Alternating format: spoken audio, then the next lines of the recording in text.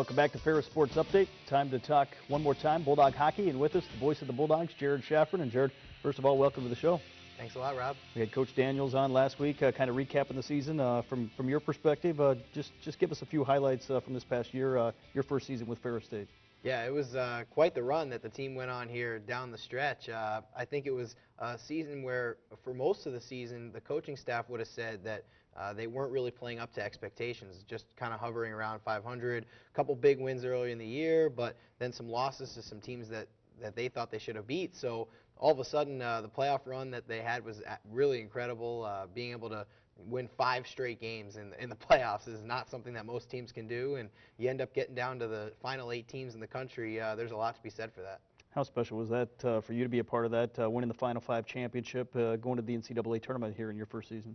Yeah, it was pretty crazy, really special, and something where Bob Daniels said to me after the championship was over in Grand Rapids, he said, "Hey, don't get used to this," because it was the team's first championship in team history in any conference title. So it was something where it just kind of happened so quickly. You know, it's just a couple games, and all of a sudden you're champions. And Coach said, "Hey, you know, this is great that we won, but don't get used to it because it's my first time too." Bulldogs certainly after that start in the first half of the year really put it together here after the new year, 8-game unbeaten streak, and then obviously capped off by the 5 straight postseason wins. Yeah, it was really a credit to Darren Smith as a freshman coming in after that Harvard game. Everyone talks about the Harvard game, but you know, it was a 7-3 loss to Harvard, and Charles Williams started that game, and at that point the 2 goaltenders were pretty even. The coaching staff was kind of switching between the 2. All of a sudden Darren Smith comes in, wins a game against UConn the next day on January 2nd, and then, like you said, that 8-game unbeaten streak really turned things up a notch for the team, and they were able to rely on Darren to make a lot of good saves. He was very composed in net, and he's been honored for how good he was here with winning some awards and getting some recognition, but he deserves it because he was really the backbone of this team, and we talked about it all preseason. How is the team going to replace C.J. Mott? What's going to happen with C.J. out? And Darren Smith was really probably the team's MVP all season. They had some good offensive performances, guys like Gerald Mayhew, Chad McDonald coming in, and defensively, Simone Denis, Brandon Anselmini, you know, guys like Zach Dorr stepped up, and Tyler Durantes was playing really a lot of minutes for a sophomore, and the backbone, it was Darren Smith who shone through, and he was the reason why everything kind of came together when it did.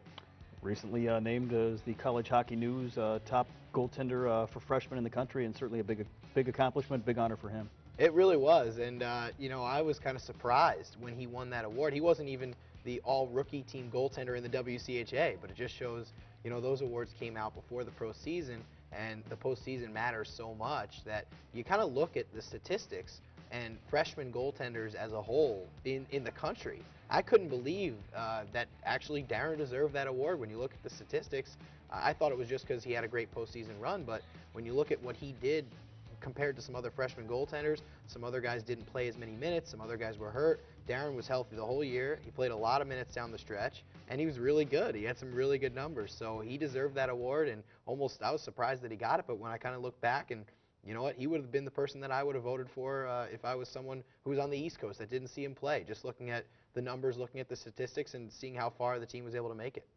Talk about some memorable highlights for you, maybe a game that sticks out for you here with the Bulldogs.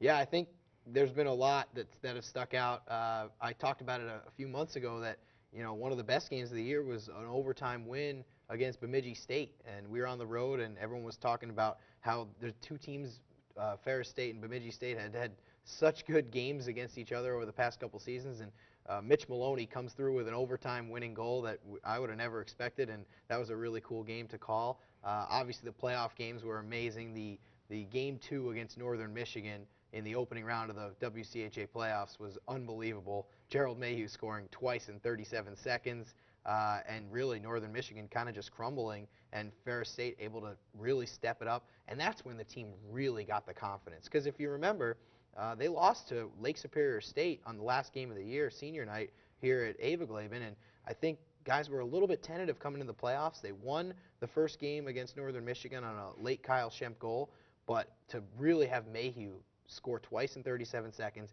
and really take control, that's when the team really gained confidence. And then the two Final Five games, I mean, I was just going back and listening to some of that, putting together some end-of-season highlights, and both games were outstanding. Darren Smith with a shutout of Michigan Tech. I would have never thought that would have happened. Michigan Tech had scored a lot of goals over the past couple of weeks, and they were on fire coming into that game. Smith shuts them out. Babinski scores the game winner in the third period. That was so cool. Mayhew having a penalty shot in the championship game. That ends up being the game-winning goal. That was unbelievable. And then an overtime winner in the NCAA tournament, which was incredible as well. So all those playoff games stick out because they were just so special, and there were so many cool things that were going on during each of those games. Obviously, since the season came to an end, some guys moving on to the professional ranks. Kyle Schemp signing with the New York Islanders, Simone Denis and Kenny Babinski both in the ECHL. Talk about their futures in professional hockey.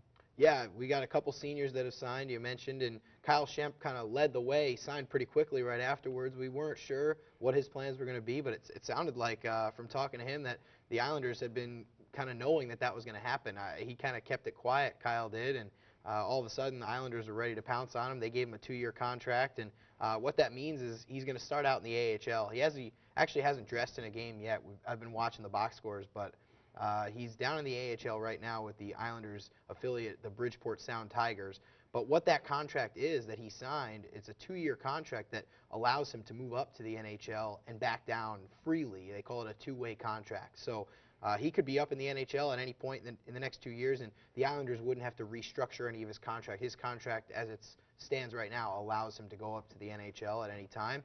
Obviously, I'm sure they want to see what they have at the AHL level first, and so he's going to have to get some playing time down there first. And the Islanders have an up-and-coming team. They're going to be a playoff team in the NHL, so he's going to have a great future with that team. I think Schemp is a defensive center, and that's something the Islanders are looking for. Somebody who can win faceoffs, play defense, get back on the back check, do the little things. And he's not going to, I don't think he projects as a big-time NHL scorer, but the Islanders don't need him to do that because they have some big-time NHL scorers in their lineup already. So you never know. We could see Kyle getting up to the NHL pretty soon.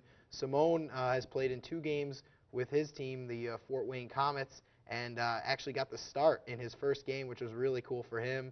He's wearing number 97, which is a totally different number for him. He was 26 here at Ferris State, and he was 27 in his junior career, so it was kind of cool to see him wearing a completely different number. But he's had a couple games, couple shots on net, no points yet, but he's getting underway, and that team, Fort Wayne, in the ECHL, they clinched a spot in the playoffs, so Simone's going to play some playoff games, which is pretty cool. And Kenny Babinski went all the way out to Alaska, the Alaska Aces in the ECHL, and Babinski's played in a few games already with Alaska as well, and they're a team that's not going to make the playoffs, so he's going to come back here for the summer after that season's over. Well, Jared, thanks again for being with us. Congratulations on the great year for the Bulldogs. Thanks a lot, Rob. That's going to do it for Ferris Sports Update. You can follow all the action online at ferrisstatebulldogs.com. Have a great week.